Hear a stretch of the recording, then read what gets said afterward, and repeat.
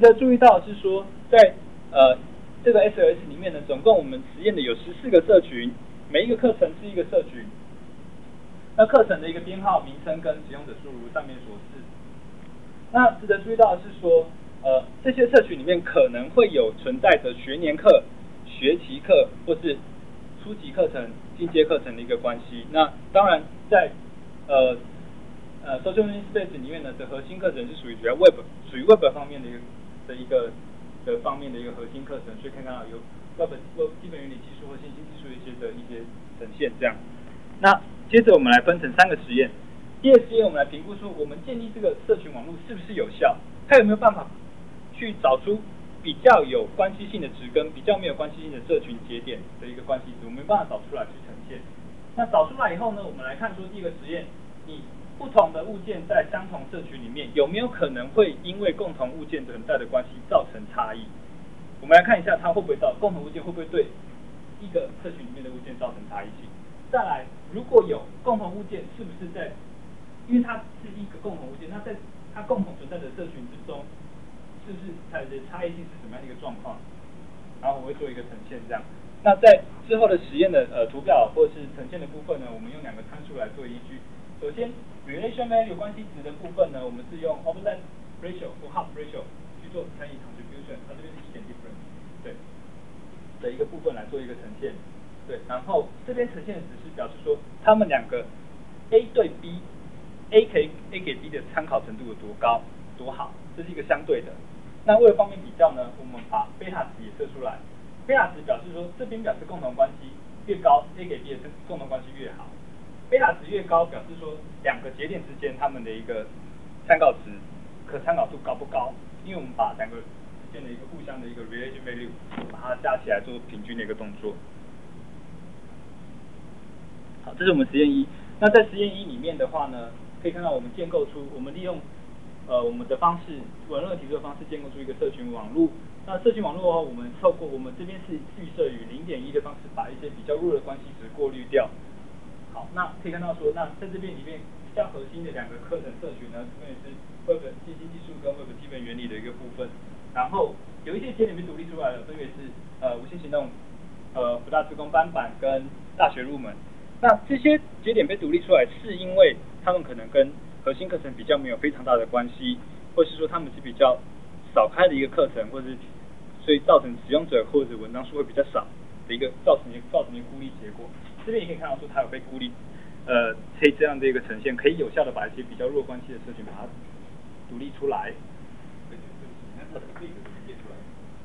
link 吗？对 ，link 是利用，例如说这2个社群之间，他们有没有共同使用者，或是共同的一个物件？共同使用者可能同时参与这2个社群。那共同物件是这个物件，它可能同时被发表在这个社群，也同时被发表在这个社群。所以物件是在那 post 的。对 ，post 在本文里面是文章，这个文章可能被发表在这个社群跟这个社群。不要超过一个量。对。对，然后我们有做一些贡献度、差异度的一些评估，刚刚上述的一个方式去做呈现。你怎么逼使用者一定要去上 post？给 post 的给评价。老师说给 post 还是给评价？都是啊，有第一个是给 post。第一个其实在这个部分，在本论文的这个实验的部分，因为是课程社群的关系，那在老师我们都会有要求，就是学生每一学期都要有多少的发表文章，然后给多少的 rating 的一个部分，然后我们再从系统背后去把这些资讯读出来做分析这样子。他们一般不会，我不会想填啊，对不对，对？但这个部分的话，在本论文的实验里面，是因为有机制的配合的关系。那一般的话，只要量够多，其实还可以多少找出一些关系。你看，那图上每一个点是 object 还是 community，每一个点是一个社群，不好意思。对，好，那我就继续解说。那这是一个我们把2社群之间的关系的方向性把它拿出来再做一个呈现。可以看到这边的关系性有双向的箭头，或者是有单向的箭头。那造成这样的一个差异性，可能造成这样的原因，可能是因为2档社群之间它可能有初级或进阶的一个关系，所以有一种基层关系，就变成说，可能你这个社群可以给它参考，另外一个社群可以参考可能会比较低，所以有方向性的差异。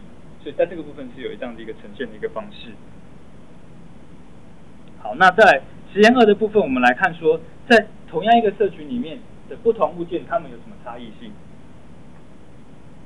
文章分别是这两篇文章，文章12826跟13005。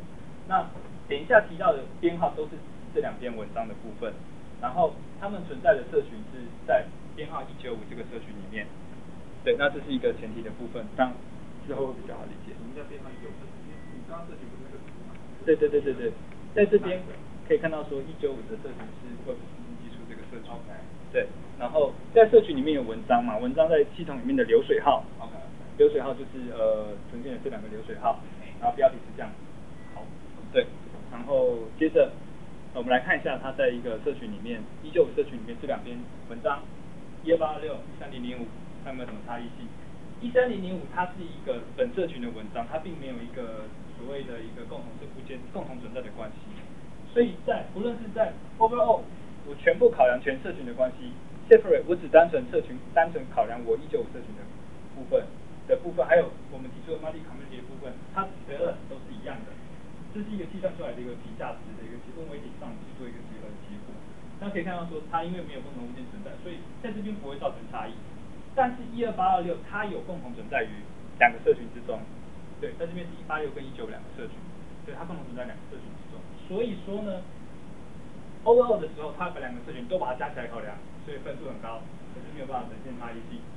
在 separate 的方式呢，它只考虑195这个社群，以我们这边以195为例，所以它的一个只考虑，它会把另外一个社群的评价值被忽略掉。那在 multi community 我们提出的跨社群评价的一个方式呢，它可以呈现出一个比较不一样的一个值。这样不一样的值是怎么造成的呢？我们再把这个值拿出来做分析。那因为我们把这个值拿出来看，我们可以得到说12826，因为它有共同存在的关系，所以它有一个 cross community member rating 的一个部分，它的一个呈现，它有差异性。那在13005，因为它都是 local member rating， 所以它没有办法，它就是全部都是本社群中一个的评价。所以在这地方，我们可以看出，因为它有共同物件存在的关系，造成它有之前前述的值的差异。同时，就算它的 rating 量很少，我们也是可以透过它一个分类关系来看出这个物件的评价在跨社群之间的一个关系。好，那这是实验2的部分。那实验3呢，我们要来看说一个共同物件它存在于两个不同的社群之中，它会有什么差异性？那这边的话，我们评估的方式如下，我们会用 overall 跟 separate 的方式做比较，然后分别去针对物件的评价数跟评价值来做一个分类的一个呈现。那一样比较的文章是12826刚刚提到的那一篇共同物件存在的一个文章。那在 community 地方呢，它被同时发表在两个社群，这篇文章同时发表在 Web 信息技术跟 Web 机器原理这两个社群之中，得到一个评价的 rating， 总共有3票的一个状况是这样。那首先我们如果从物件获得一个评价数来看的时候呢，可以看出，如果说是在 overall 的一个得到一个评价数，因为它会把所有的社群之间的评价都一起考量，所以评价数之间它会没有办法实现出差异性，都是3票。那在 separate 的一个方式呢，是我只单纯考量单社群的部分。那可以看到说，在这边的话它有2票，那在186的部分，它社群186的时候，它获得3票的一个评价。那这样的一个方式，你单纯在195的社群里面，你并没有办法知道说186它还同时存在186，而且有被 rating 过，你没有办法，它会被隐藏起来。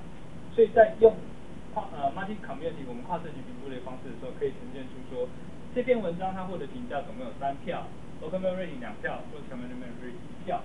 而对于这个文章，它3票都是它的一个社群成员给的，然后可以呈现出这样的一个差异性。那同样在微积上的一个方式呢，在一个计算值的一个方式的呈现的时候呢，一样，在 overall 的方式它没有办法呈现差异，而 separate 的时候呢，它会把在单社群没有办法去考量到另外一个社群的一个评价值。那在 multi community 呢，因为它会把评价做一个间接的一个评估，透过关系性的一个计算，然后一个 weight 来做计算，然后算出它的一个评价值的一个方式。好，那为什么会造成差异性呢？它的关系值是怎么跑出来的呢？因为186跟195这个社群两个社群之中，这是一个整个系统内的14个社群的一个ID， 对，这是社群的 ID， 然后这是一个我们刚刚评估的一个 relation basis 值。在186里面，我们可以看到说，很明显的186